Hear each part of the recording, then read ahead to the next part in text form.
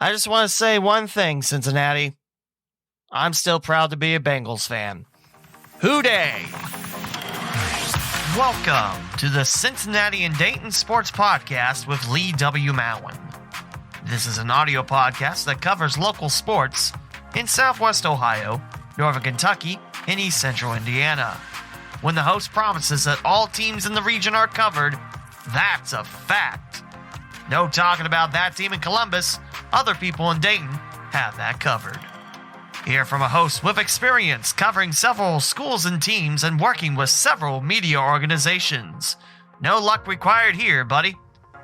No insults thrown here, fans. Everyone is welcome to the local sports podcast train. Intro theme is Ultraviolet by Infraction from Uppbeat. Visit cindaypod.com, spelled CINDAYPOD.com, for ways to listen to the podcast and to buy merchandise. Now, please welcome your host, Lee W. Mowen.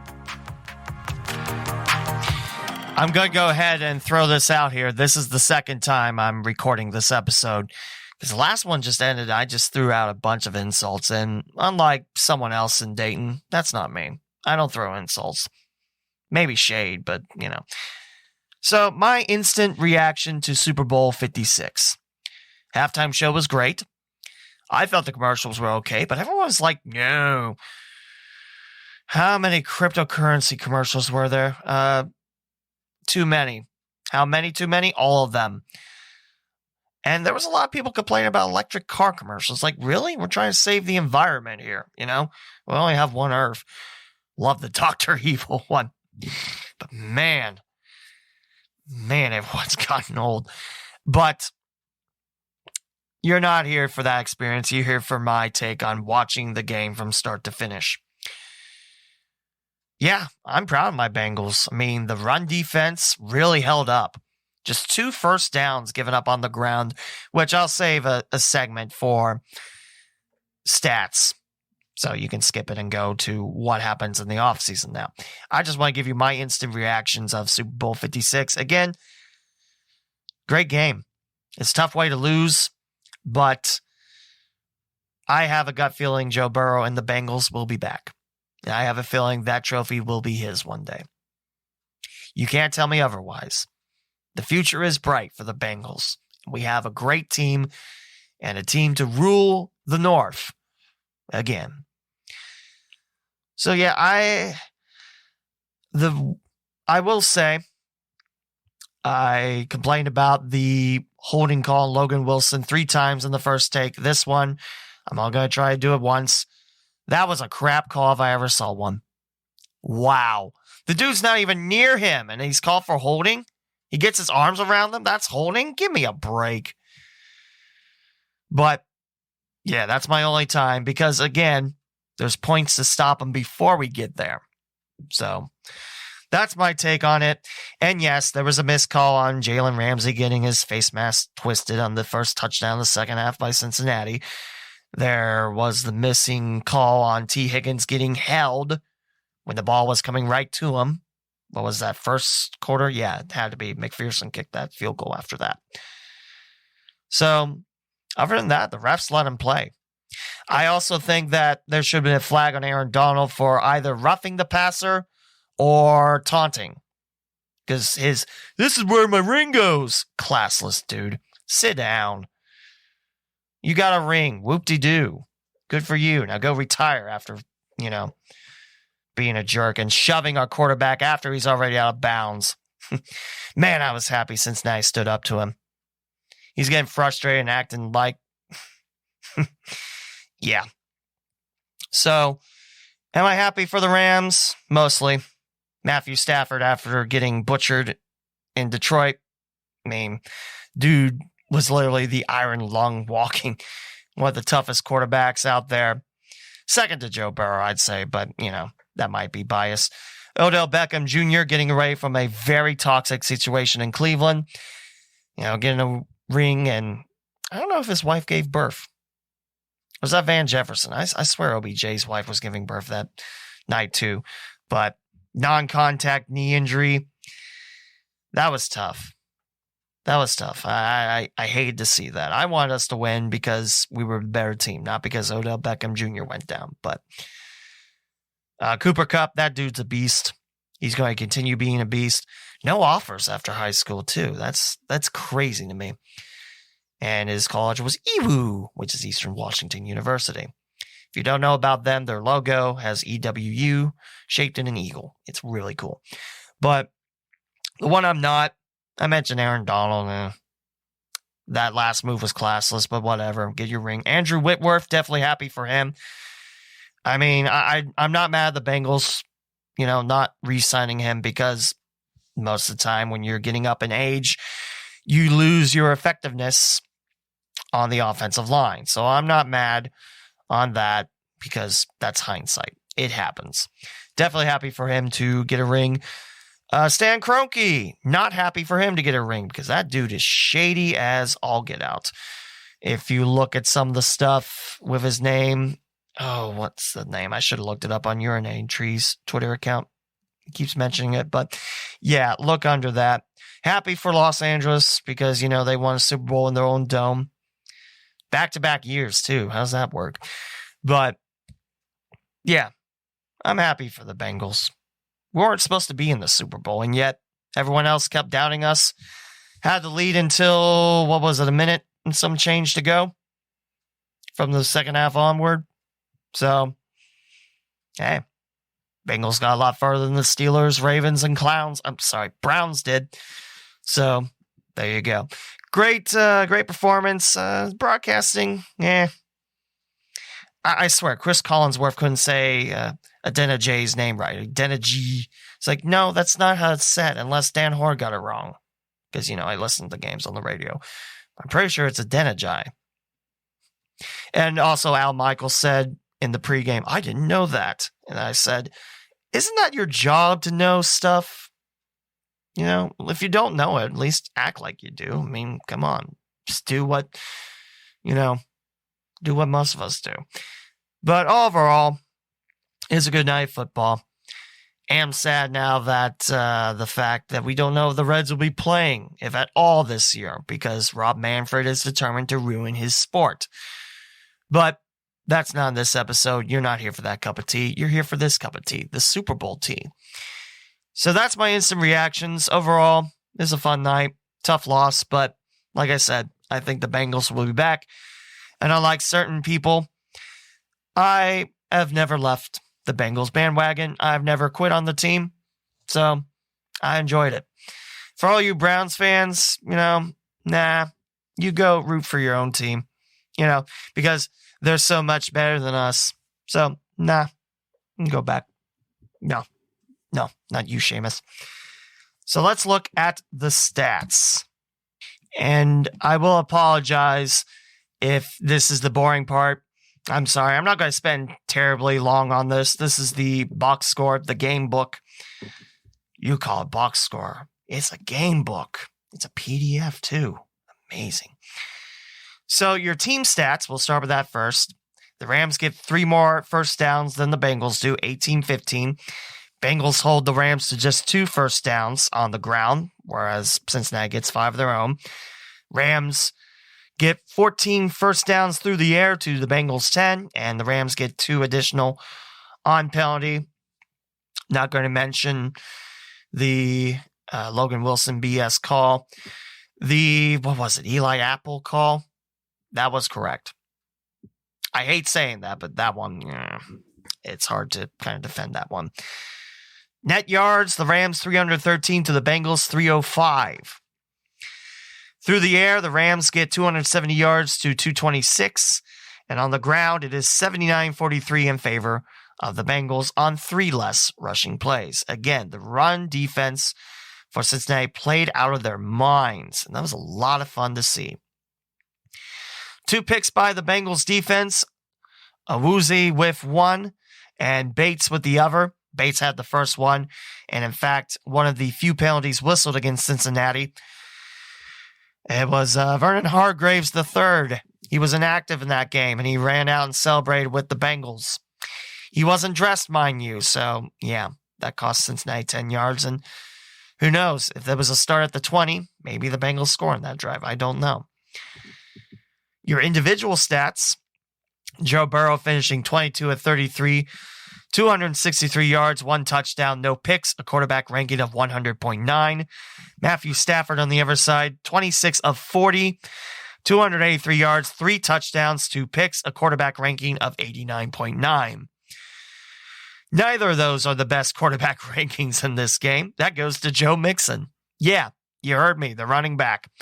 1 of 1 for 6 yards and a touchdown. His ranking was 131.2. And Cooper Kupp, he had the Philly special. He threw it over the head of Matthew Stafford and it went incomplete. I mean, hey, not all quarterbacks can catch. Like Nick Foles, but, another time. Rushing-wise, Cam Akers led the Rams with 21 yards on 13 rushes. He picked up that second rushing first down late in the game. Henderson with 7 yards on 4. Kupp 7 yards on 1. Stafford on 3 keeps, 6 yards. Michelle 2 yards on 2 rushes. That surprised me. For Cincinnati, just how little they used Sony Michel. For Cincinnati, Mixon 72 yards, 1 throwing touchdown. I will never get old of saying that. 72 yards, 15 rushes, no touchdowns on the ground. Jamar Chase 4 yards on his 1 carry. Burrow on 2 keeps, 3 yards. P. Ryan on his 2, none. Yeah, P. Ryan had himself a very, very bad game. He also was 0 for 1 in the catching department. And speaking of which, pass receiving, Jamar Chase, 5 of 8, 89 yards, no touchdowns. Both of them went to T. Higgins. He leads the core with 100 yards, 4 of 7 for 2 touchdowns. His longest was 75 yards. CJ Uzama, 2 of 2 for 11. Tyler Boyd, 5 of 6 for 48. 5 of 6, 1 yard. Joe Mixon. So the running backs, just 1 yard through the air. Normally, Cincinnati likes to get everyone involved when Burrow goes to throw. Mike Thomas, 1 of 1 for 17 yards. Chris Evans, 1 of 2 for 3. And I mentioned P. Ryan already, 0 for 1. So yeah, Higgins leading the Bengals score that time. That's what makes Cincinnati so special. You look at LA's, and yeah, that's a special core too. But drafting Chase just made Cincinnati that much dangerous. And I know there's a lot of people that rub it into Team Sewell fans. I was a Team Sewell member, but then once I start to think about it, I was fine. I couldn't care either way. I knew the Bengals had a tough choice. Do you find someone that explosive or go for offensive line help with no sure thing guarantees? They went with the explosive option, the reunion of Chase and Burrow, and I'm happy to be wrong that time.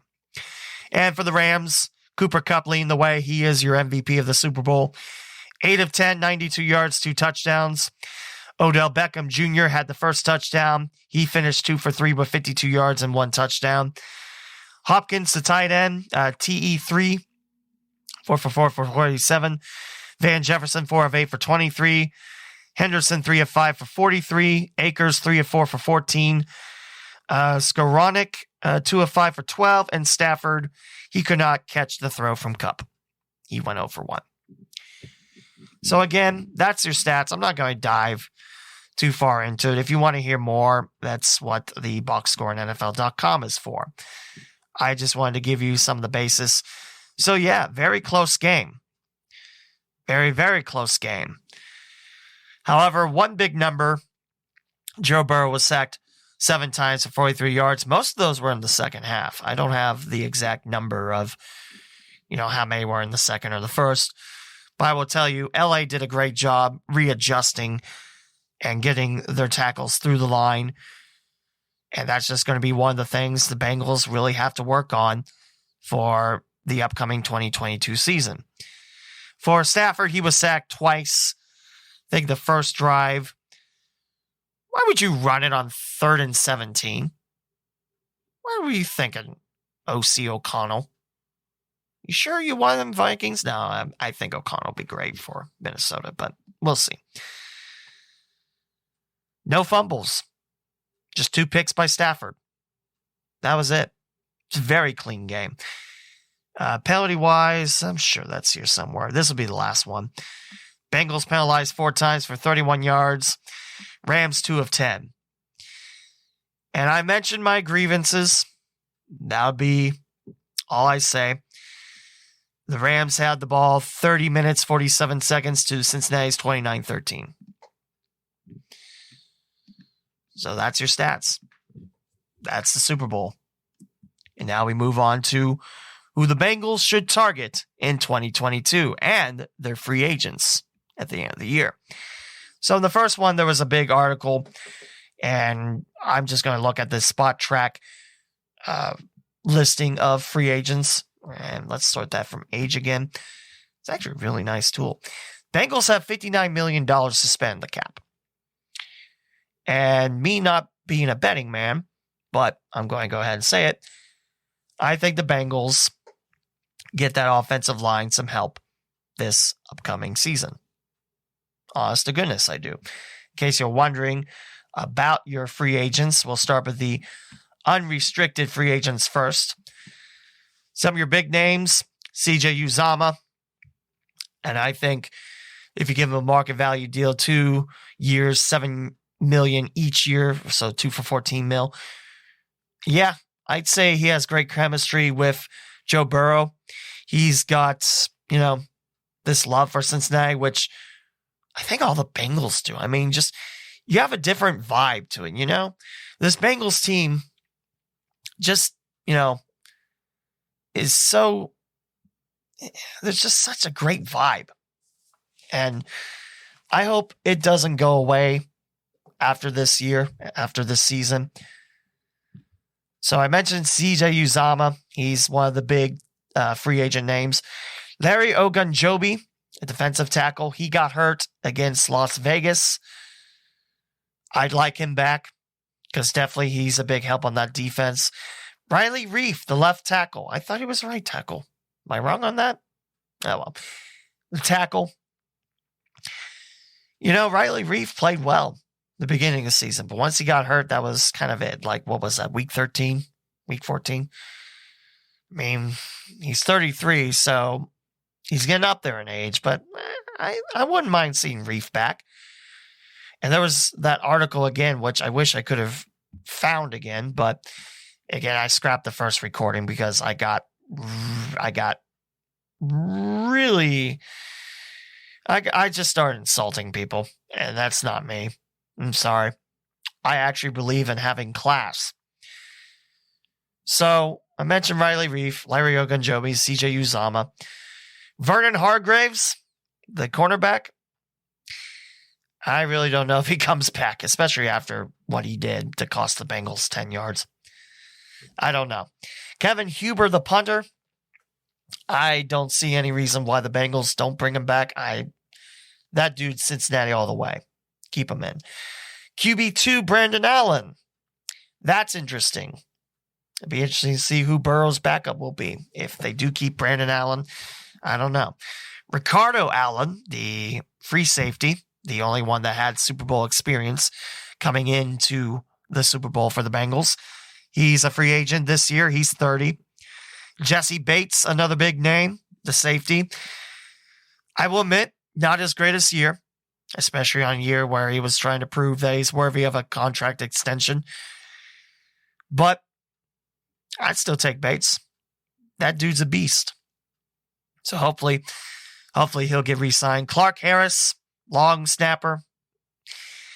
Eli Apple, huge name there. And yes, I know he's getting toasted on social media. Some of it his fault, and yeah, he kind of deserves a little bit of it. And then there's the Chiefs chirping at him like, oh, hey, look at this Super Bowl ring. Oh, hey, you weren't in the Super Bowl this year. Shut up. That'll be interesting to see what Cincinnati does at that point. If they lose Apple, then they do have a big hole there again, and they'll need to fill the gap pretty quickly. Quentin Spain, another big name. BJ Hill, Trey Flowers, definitely 3 names there, mostly on the defensive side. BJ Hill, again, traded when the Giants acquired Billy Price. Man, we robbed the Giants of that one. BJ Hill is a great player. Hopefully he stays. I like Quentin Spain. Hopefully he stays. He's still part of that offensive line. Some of the other names. You got wide receivers, Auden Tate and Mike Thomas. Trey Flowers, a cornerback. I liked him. Article said that he didn't really prove a lot, but I disagree with that. I honestly think that, given what he did, I think he's worthy of a stay in Cincy. And now we're going to our restricted free agents, Stanley Morgan, Fred Johnson, which I did not realize Fred Johnson's only been with the Bengals for 3 years. I feel like he's been here since 2012, and I don't have a good reason why. But Stanley Morgan, Wyatt Ray, the defensive end, Trenton Irvin, Clay Johnston, and Mitchell Wilcox. That's your restricted free agents. And that's, I believe, all your free agents. I think I listed all of them. Did I mention Jordan Evans? And Jalen Davis, Darius Phillips. If I didn't, now I did. If I did, then I mentioned them twice. So, I don't know who the Bengals will keep. Because I don't work for the organization. Why would I know that? I definitely think, the players that deserve it. I think ZJ Uzama. I think Riley Reif, this is his first year with an injury and sitting out for multiple games. So, come back stronger, maybe approve a deal. Ogunjobi did a great job in the defense. Kevin Huber, our punter, again, total Cincinnati guy, playing at UC, playing for the Bengals. However, he is 36 and a half years old, so he's getting up there in age, so he might not want to come back. He might want to retire, but I don't know that. I'm just spitballing. Jesse Bates, definitely big name there. It's a big question of did he do enough to get that big bag of money. I mentioned BJ Hill, definitely. Trey Flowers, I liked.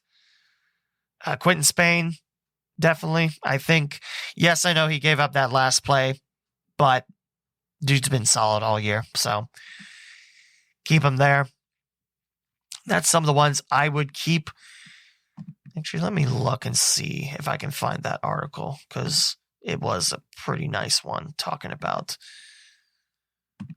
some of the ones that, the Bengals should look at keeping. And it looks like that is not the case anymore. Darn. I do have an article from Cincy Jungle written by Nick Manchester about some of the Rams free agents that the Bengals should target. Hey, you thought you won a Super Bowl? That's fine. We're going to take some of your best players. Ha-ha. Stars will have Cooper Kupp, and we'll have an explosive 4-receiver set. And then we'll sign Gronk. Because, Gronk. Which, if Gronk was in his prime, I'd say, come aboard, brother. But the problem is with Gronkowski. I love Rob Gronkowski. He's one of my favorite players in the league. That's not a Bengal. One of his problems, though, the past few years, he just can't stay healthy. And this is a dude that just probably the most physical tight end we've seen in a long time. Maybe Jimmy Graham. I still remember when Jimmy Graham bent that goalpost. That always makes me laugh. But with Gronk, he's getting up there in age. He's hurt a lot. I don't know. And will he mesh in with the Bengals locker room? I don't know that either. So this is an article about some of the top free agents the Rams have that the Bengals should target. And the first one is Austin Corbett. He's an offensive guard. And the Bengals, like I said, should look at boosting the offensive line. Definitely that is probably the weakest spot on the team. I like our offense. I like our defense. It's just the offensive line needs to protect Burrow more. He's sacked the most in the league. Burrow's tough, but one day he's going to run out of toughness. We all do. Football's a physical sport. So Austin Corbett, starting at guard, could be a future Bengal. He's not the best guard in the NFL, but here's a number that should ring in your ears. He's only given up 5 sacks in his 3 years as a starter in the NFL. 5 sacks in 3 years as a starter. Yeah, that's impressive. That's 2 in 2 seasons and 1 in the 3rd season. That's fantastic. That's a great number. The only Bengals offensive line starter that didn't have more sacks this year than Corbett was Akima Denajai, but he only played roughly half those snaps. So take that what you will. Darius Williams, a cornerback. Again, I mentioned Eli Apple. He's played the most snaps as the cornerback of the Bengals, but starting with Chidobe Awuzie and Mike Hilton, Darius Williams would be nice slide in. He plays opposite of Jalen Ramsey. His ceiling's very high. Wasn't his best year this year, but hey. He looked pretty good in Bengals stripes, wasn't he? And then there's Sony Michel, RB2 for the Rams, former New England Patriots draft pick. So that's an interesting mention there. And here's the big thing for those that like to keep track of money. P. Ryan's cap hit in 2022 will be much larger than Michel's was last season. And like I said, P. Ryan, he did okay at best, but I don't know if he's RB2 of the future. I really want to see what Chris Evans can do. Like, move him more up, because I think he could be the next freaking Gio Bernard. Which I know I hate comparing players like that, but with his catching abilities and, I think it'll be a great Bengal. Hopefully he has a bigger year in 2022. But those are some of the free agents that Cincy Jungle and Nick Manchester mentioned. Hey, Bengals should try to target these. So that's the Rams free agents the Bengals should target, but of late episode magic, I found an article from Bengals Wire. 8 2022 free agents from PFF's Top 50 who should interest the Bengals. And this was written November 11th by Chris Rowling. So yeah, we weren't aware that the Bengals were going to reach the Super Bowl. But here are some names. And they also agree, bring back Jesse Bates. Offensive tackle Terron Armstead. He is a New Orleans Saint. And yeah, left tackle really isn't a need because Jonah Williams is filling that role. But a very, very special player, and the Saints don't figure to have the money necessary to keep him in town. It'd be criminal not to list him, having him start at tackle while Williams upgrades another spot. And yeah, I wouldn't mind that. Armstead, yeah, the dude in the picture, that dude looks like a beast. And I think, hey, that protect Burrow pretty well, wouldn't it? Cornerback Carlton Davis of the Tampa Bay Buccaneers. Not a household name, but a number one corner. Good tracking oppositions, number one wideouts. But Trey Wayne's probably not coming back to Cincinnati because 2 starts in 4 years. Bengals will probably be looking for a new cornerback. Maybe Eli Apple doesn't come back. I don't know. Carlton Davis would be a name. Offensive tackle Orlando Brown Jr., currently with the Baltimore Ravens. Yeah, I like Orlando Brown Jr. He does a pretty nice job on the line. He got traded to the Chiefs and has impressed in a new system. So probably not going to be released by Kansas City, but say, hey, come back to the AFC North. Have this up-and-comer quarterback, Joe Burrow. You might have seen him in the Super Bowl. Here's an offensive guard, Brandon Sheriff, with the Washington Now Commanders. He's playing on his second consecutive franchise tag in Washington. You know the mess there. Sheriff has this season derailed by a bit of injuries. Still a top-flight guard. A former top 5 pick. And only 30 in December. That'd be a pretty nice upgrade, wouldn't it? That injury does scare me a bit, but hey. Edge Randy Gregory of the Dallas Cowboys. And actually the picture is him trying to block Cordy Glenn. One of the few games Glenn played before he just quit on the team. Man, when was that? 2018. I should have looked at before, but the 2015 second-round pick has blossomed over his last 2 years of full-time playing again, recording 8.5 sacks in 17 appearances.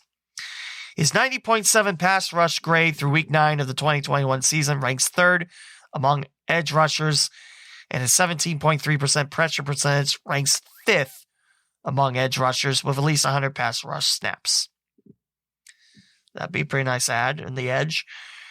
Center Ryan Jensen. Now, I already said Trey Hopkins has played better, but you still got to think about all your prospects.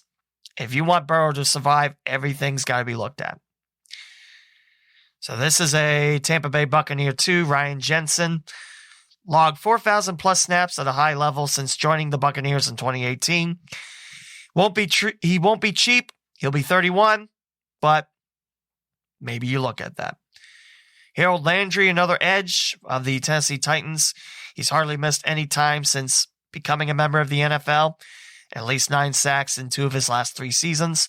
He can play on the end or standing up, which to Lou Anarumo's front piece, that's a pretty nice chest piece there. There's another edge, Hassan Reddick of the Arizona Cardinals. I mean, that's probably going to be a big coin there. A little disappointed there's not more offensive linemen in the fold. Yes, I will say the Bengals did a much better job with the offensive line, but again, we want Burrow to have his whole career with Cincinnati, and it's not going to be on the ground. So the offensive line is going to be the big focus this year. Do I think the Bengals fix it? Yeah, I honestly do. I mean, look what the Bengals have done on the defense. I think everyone's safe. I hope everyone comes back because I really have a good feeling about this Bengals team. So that'll close out this episode. Like I mentioned, I didn't want this just to be a stats reading, bore. I wanted to talk about, I like the Super Bowl. I like the commercials. I like the halftime show. And I think it's one of the better ones. I mean, last year we had Bruno Mars getting lost. No, not Bruno Mars. The Weeknd getting lost. Weeknd spelled with 3 E's, by the way. We had him get lost in the maze, and it gave us that much. It gave us that beauty of a meme, but hey. So again, proud to be a Bengals fan. Unlike some, I haven't jumped off the bandwagon, nor do I ever plan to, because this is my city. These are my teams that I love, and I don't expect to be leaving the bandwagon, because that's not what real fans do. Sorry. And also, I'm the type of host that doesn't sling out insults. Like one that calls Joe Burrow the Hamburglar, one that says Burrow isn't deserved for the Bengals, one that says the Bengals should move, even though his team is an incompetent mess and a dumpster fire would probably be a better organization than the Browns. Sorry. Not sorry. So that will do it. Sorry that this is the first episode of the month. I was hoping to get 1 or 2 in, but basketball playoffs have started. So we got basketball playoffs in high school. We have the Pacers just crumbling away and having a terrible year and trading most of their key pieces away. So, yay. Cavaliers having a good year. I will say that. Hockey-wise, Cyclones still battling out there. Go see a game. Blue Jackets, well, yeah, they exist. Crew is scheduled to start. FC Cincinnati scheduled to start. Let's hope this year is the last bad year FC Cincinnati has. And I love to tell you that baseball's on the way. I mean, it is. I mean, we got the Dayton Dragons starting in April, and this Friday is college baseball's opener. And no, it's not happening around here. Someone built a bubble already, so it can happen up here, all right? That'd be great. But, yeah, college baseball starts this week. College softball started last Friday, so that was a lot of fun. Wish Wright State's softball team would come back, but, yeah, there you go. That wraps up Bengals in Hollywood featuring Houday. And I like to remind all haters that the Bengals made the Super Bowl. Your team did not, unless it's the Rams, which you're lying because the Rams only had about 10 people in their pep rally. So, up yours. Until the next episode, this is the place to catch local Cincinnati and Dayton sports. And it's one that's not going to bash the teams. Inquirer, seriously, what the hell was with that headline? Should be ashamed of yourselves. That's not even from Dayton, too. You know how bad that is? You make the sports show on 1410 look like fans. Choked away? Really? My God. And I mentioned that on Twitter. I think I knew who it is. And people mentioned 2 Cincinnati names. Like, no, that's not it. But there you go. Until next time, this is the local Sunday Sports Podcast.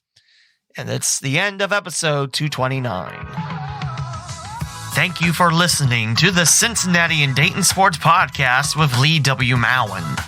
Be sure to bookmark CindayPod.com, spelled CINDAYPOD, the official website of the podcast. You can find your favorite ways of listening to the local Sunday Sports Podcast, such as Apple Podcasts, Spotify, TuneIn, Google Podcasts, Pandora, Amazon Music, the iHeartRadio app, and many more. You can also purchase merchandise from TeePublic and Redbubble to help support the podcast. Follow on Twitter, Instagram, and Facebook at CindayPod and the host at the Lee W. Mowen. The closing theme is Cosmopolitan from Pecan Pie on Uppbeat. This is Lee W. Mowen signing off another episode of the Cincinnati and Dayton Sports Podcast. Thank you for your continued listenership and join me on the next episode.